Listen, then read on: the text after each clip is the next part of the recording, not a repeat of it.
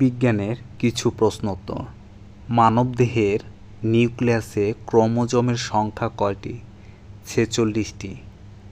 আমিষ জাতীয় খাদ্য পরিপাক করে কোন জারক? পেপসিন। পেশির ক্লান্তির জন্য দায়ী কোন অ্যাসিড? Pyruvic acid. বহিঃকর্ণ ও মধ্যকর্ণ এর সংযোগ স্থলের পর্দাটির নাম কি? টিস্প্যানিক পর্দা।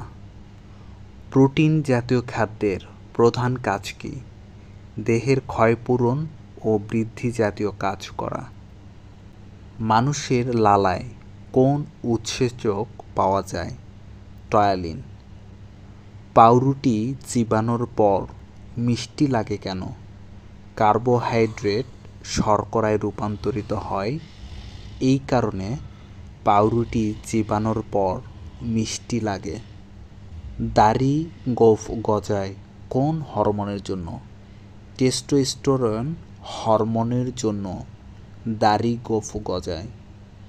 ফসফরাস বেশি থাকে কোন অঙ্গে? অস্থিতে ফসফরাস বেশি থাকে। সালোক সংশ্লেষণ হয় পাতার কোথায়? মেসোফিল কলায় সালোক সংশ্লেষণ হয়।